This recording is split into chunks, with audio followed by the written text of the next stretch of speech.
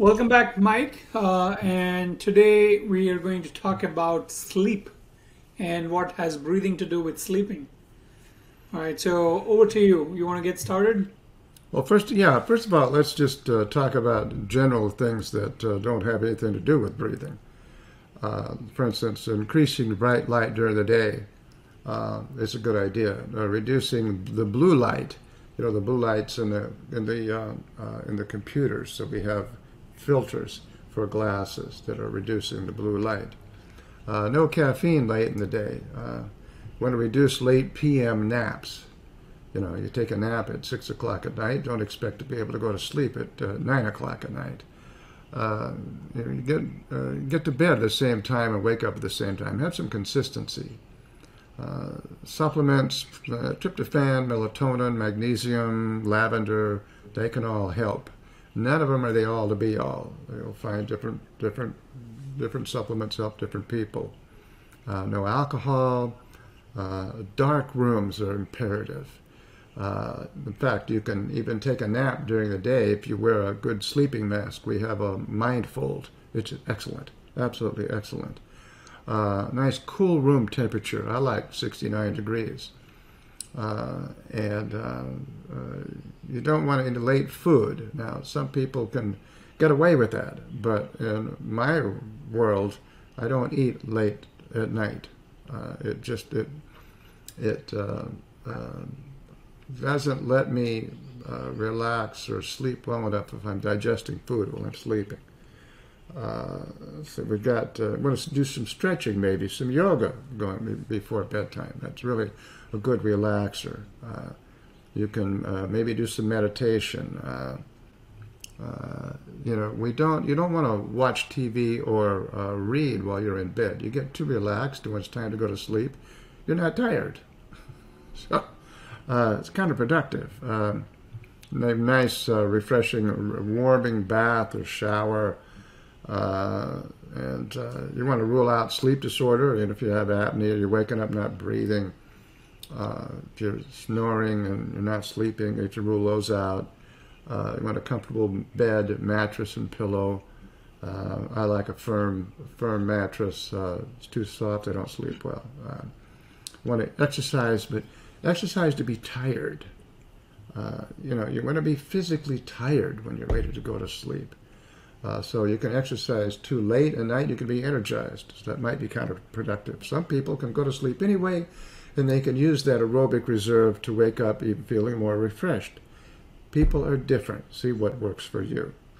No liquids before bed, otherwise you're gonna get up too many times in the middle of the night, and stagger into the bathroom and trip on the way back. So in terms of breathing, there's a lot of things you can do that are reflex triggering exercises. C21 to 26 are really, really good to relax, to go to sleep, or to go back to sleep if you wake up. And they're just basically teaching you a fundamental of breathing that has to do with letting go and relaxing. And it's teaching you the key, what I call the Rosetta Stone of the breath, which is the breathing reflex. And you can't tell somebody about it. They have to feel it. Just like I keep saying, you can't tell somebody what chocolate tastes like. They have to taste it. And when you get the experience of the reflex, you get it. You can get it in a matter of seconds. So the C21 through 26 exercises are where you go in the kit, and the sleep and snoring theme is where you want to start. And you work with, once you get the state of relaxation coming from the C21, 27, 26, you can go into the rest of the exercises that are more about breathing development, which means they'll just make everything work better. Your engine's getting bigger, it's running smoother, and all the things now you want to do with it are just going to be more effective. Okay, so you mentioned a number of things. One of the things that I did not ask you, or we did not discuss, is the sleeping posture. How do you, or what do you recommend, what a good sleeping posture is? Do they sleep on the side, on the back, with some bolsters underneath the knee? What do you recommend? All right. My favorite posture is what I call a PRP, which is a primary resting position. And it's on your back with your legs up on a pillow and a support in your neck with like a rolled up towel. That's So not just, a pillow, right? That's not a pillow here. It's just no, a. it's not a pillow. It's just a towel. You just roll it up, and it just fills up the gap in your neck so that you don't drop your chin like this. You just keep your chin up a little bit. Okay. I Now, call it that now PRP. some people can do that, but the problem is when you're on your back, you have a tendency to snore more. And so that's why the PRP position uh, can help to not snore. But if you snore, then you've got another issue. So you basically maybe want to tape your mouth closed. You want to use some breathe right strips to open up your nostrils. But the key is, if you can sleep on your back, it's better. Now, sleep experts say you shouldn't sleep on your back. Well, that's silly. If you can sleep on your back, you get a better night's sleep. If you can't sleep on your back, well, then you shouldn't sleep on your back. You sleep on your side. And we have reflex triggering exercises around that, using the side Trendelenburg position to trigger the reflex and go to sleep or go back to sleep. But the key is to be able to train yourself to go to sleep and stay asleep on your back. Now, what happens when you get really good at it is you wake up and the next morning you haven't moved. You just haven't moved. And it's the best sleep you could get.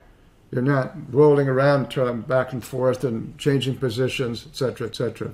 Also, your circadian rhythms in your brain go back and forth about one every hour, like this. If you're on your side, they don't do that.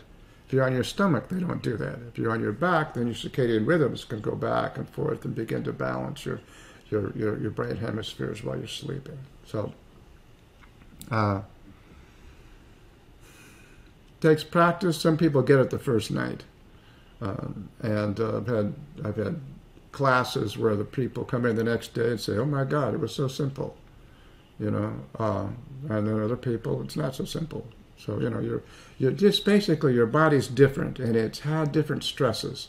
Your muscles have had different stresses. For instance, if you're a football player and you got caught in the stomach with a helmet, then your whole body's going to want to collapse more, and it's going to be that way even throughout the rest of your life. So there's maybe some constrictions that have developed due to trauma or habit, in your body that really dictate how what your comfort positions are, and you really have to honor them. And if you want to change that, then you get some body work that begins to work with the deep and superficial fascia that basically open up your body to where you're able to breathe more and more and more while you're on your back. And hopefully that will work for you. And if not, then basically you need to breathe in a position that you can sleep in, whatever it is. Don't just because I said back is better doesn't mean you're going to stay up for weeks and months and you can't sleep. And this guy said it's better and I can't do it. No. You go with where you can sleep best, and maybe slip over on your back and keep doing it. And eventually, you just may wake up in the same position you went to sleep on, and you'll feel good. Okay. You mentioned something about taping your mouth. That's practically difficult for most people. Why do you recommend that? And or did you really mean it as a joke or something? Well, I think for people with beards, it's difficult. Present company included. But for other people, it's not difficult. You just take a piece of tape from here to here and from here to here. If you need to open it a little bit when you're to take a deeper breath, you can. Right, and then you could take a breathe right strip, or there's some inserts you can put inside your nostrils that open them up, and you'd be surprised how simple that is and how effective it can be.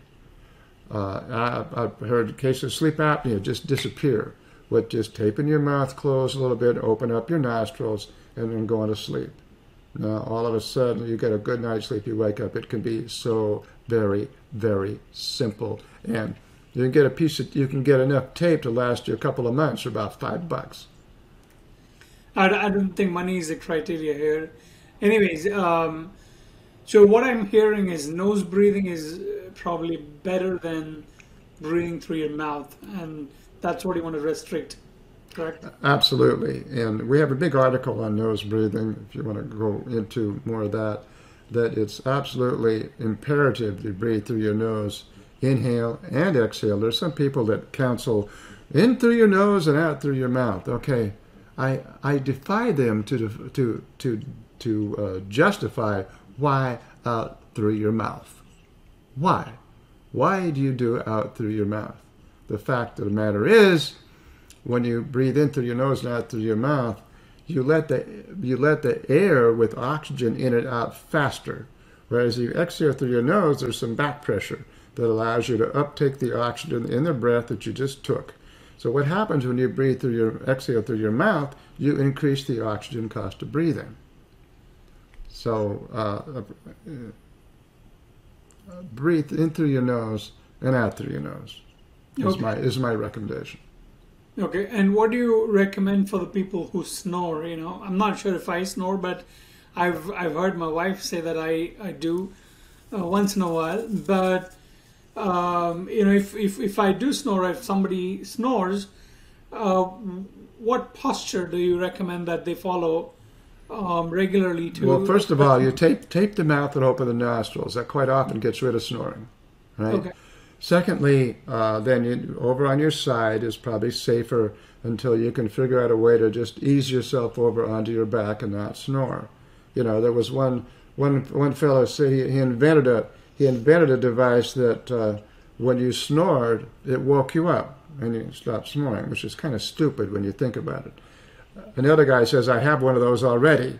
I call it a wife.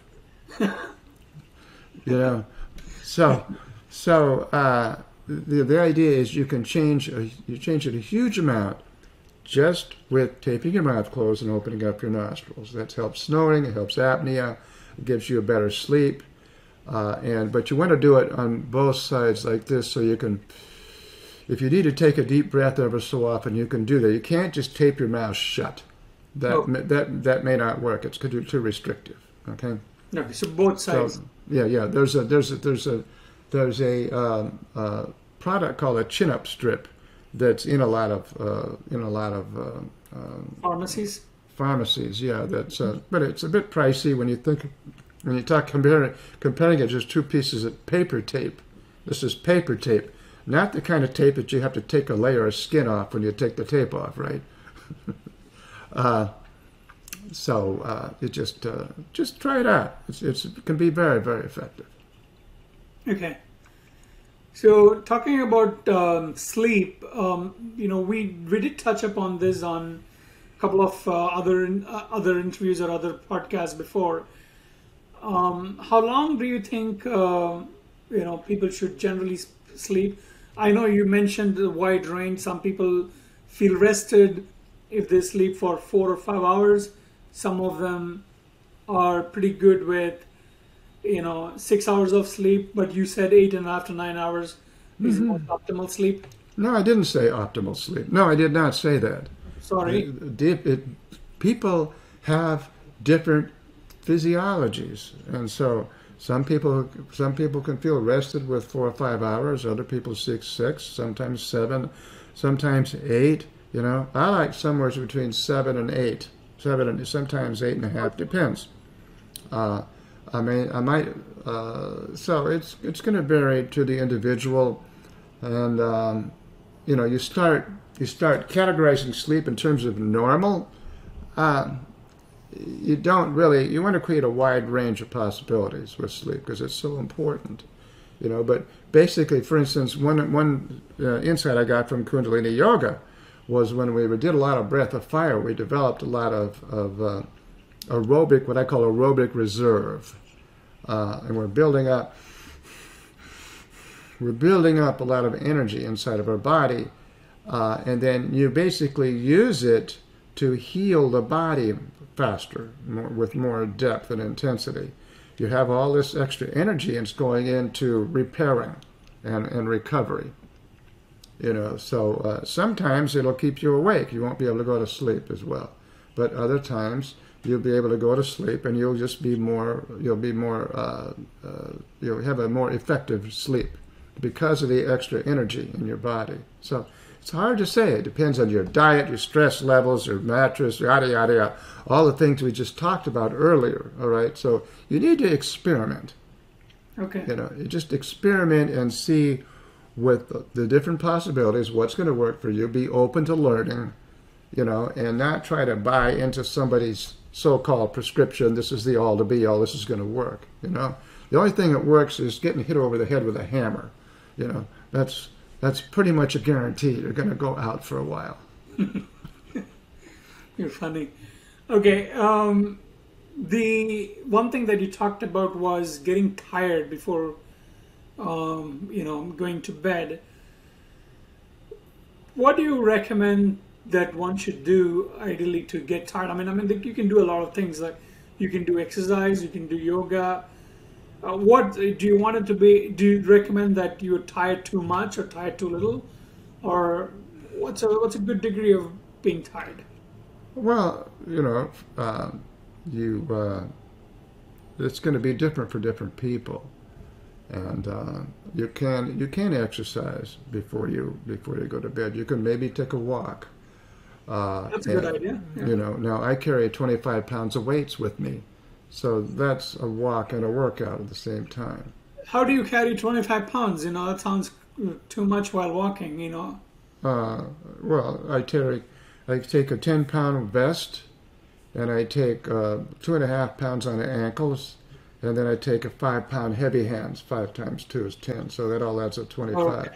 You don't have to do 25. You can do 10 pounds. In fact, I think a great technique for working out during the day is just put a 1.5-pound ankle weight on each ankle. You're just walking around like that. Just use it all day. Out, and that's going to make a difference, you think? Oh yeah, it'll make a difference in your conditioning, and it'll make you a little bit more tired at the end of the day. So if not, try 2.5 pounds each. Basically, we don't take naps in the afternoon. We mentioned that. Watch out for the kind of foods you're eating, and you can, watching television is a little dangerous because it gets you rested. You're just sitting there, you're not doing anything, So maybe you want to stay active until you're ready to go to bed. Maybe you want to go out and do something. You want to maybe play a game, play cards, or do something that requires your brain function.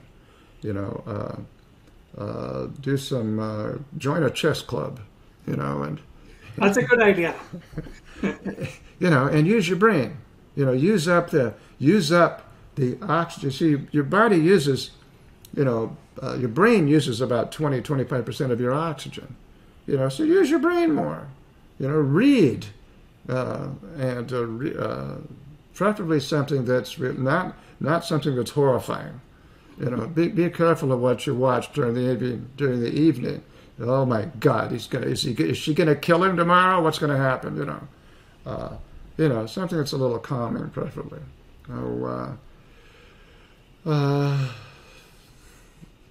That's it. Just look for fatigue.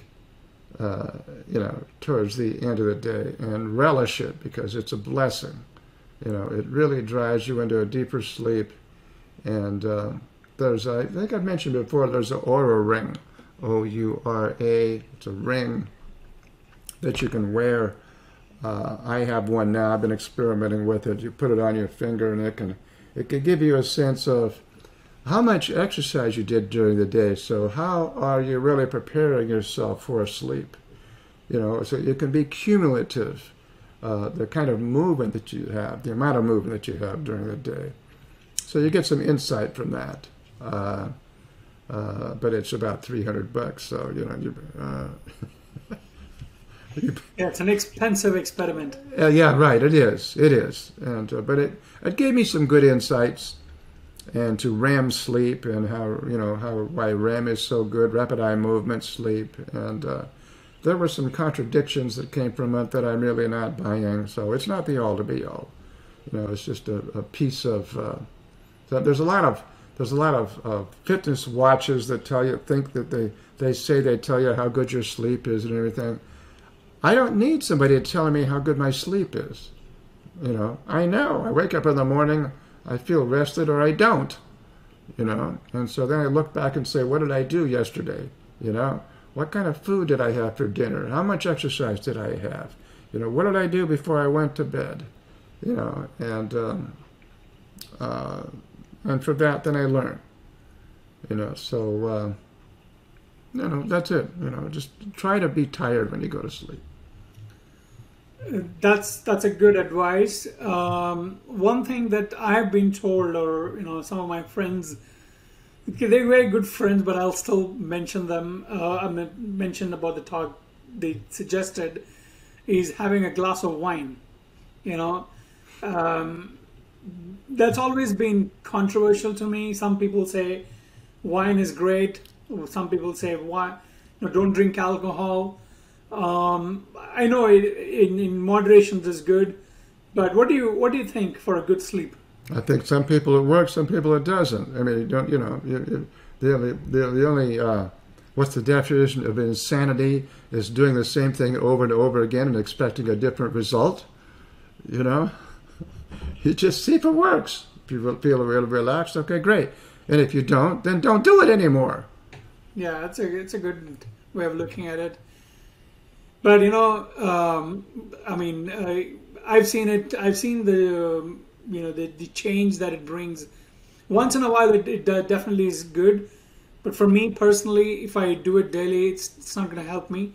But if I do it like once a week or once in a month, it definitely helps better sleep. So it's different. I think everybody's. Well, see, alcohol can spike your blood sugar. So you can, and so all of a sudden you become. It'll lower your energy and then it'll increase your energy. Okay. It depends on what kind of shape your adrenals are in, how your insulin production is. If you're diabetic, pre-diabetic, yada yada yada. So just if it works, fine. If it doesn't work, fine. It doesn't mean. I've had people that just religiously have a couple of martinis after dinner. Okay, I don't think they live that long. Okay, I could be wrong. But I used to drink a lot of martinis back in the 70s in San Francisco. My record was 13 martinis. You didn't want to know me. I was obnoxious. And you couldn't get me to do that again. It's just, from now, alcohol deadens me. I'm a breathing person, and, there's a direct relationship between breathing and aliveness. And so the more and more and more you focus on better breathing, then the less likely you are to need a lot of other things that before you thought were necessary to your state of well-being and energy. Great. I know we talked about this a couple of days earlier. What's a good time to sleep? I know you talk about sleeping before midnight versus sleeping after midnight. So what according to you is a good time to sleep? Good time to sleep is when you're tired, and so it was Deepak that Chopra reminded me that, for every hour before midnight you sleep is worth 2 hours after midnight sleep. So all right. I try to get to bed by 9:30, 10 o'clock, and I've arranged my energy levels so that works. And I get up I wake up a lot of times at 6. If I'm not rested, I'll go back to sleep. I'll do a couple of reflex triggers, from the kit, and I'll go back to sleep for an hour or so. Sometimes I'll get up at 5 o'clock in the morning because something's bothering me, and I'll get on the computer and communicate with somebody that's far away, and then go back to sleep. Reflex trigger, go back to sleep. Wake up at 7:30, 8 o'clock. And feel good. So reflex trigger. The idea is to become more manageable about it. It's not nothing is the all to be all. We're different human beings. We have different bodies, different requirements, different nutritions, different stresses, different environments. And so we need to be able to manage our energy. Martial arts talks about. What I think of martial arts is the act of marshaling your energy, beginning to manage your energy. The secret of life to me is developing energy and managing it. That's it. You need to develop it and manage it. Those two things. Then the rest is enjoying life. You talked about reflex triggers. Can you elaborate a little bit on that? What a reflex trigger is? Not really. You have to experience it. You have to feel it. It's chocolate. A reflex triggering comes from a natural breathing reflex. What is that? You can't describe it. Okay. You have to experience it. And C21, 2, 3, 4, 5, and 6 is all about reflex triggering.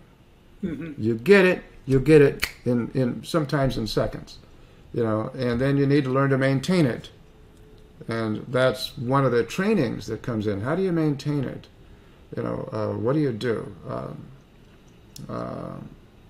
And there are a lot of so-called disciplines out there that do not honor the reflex.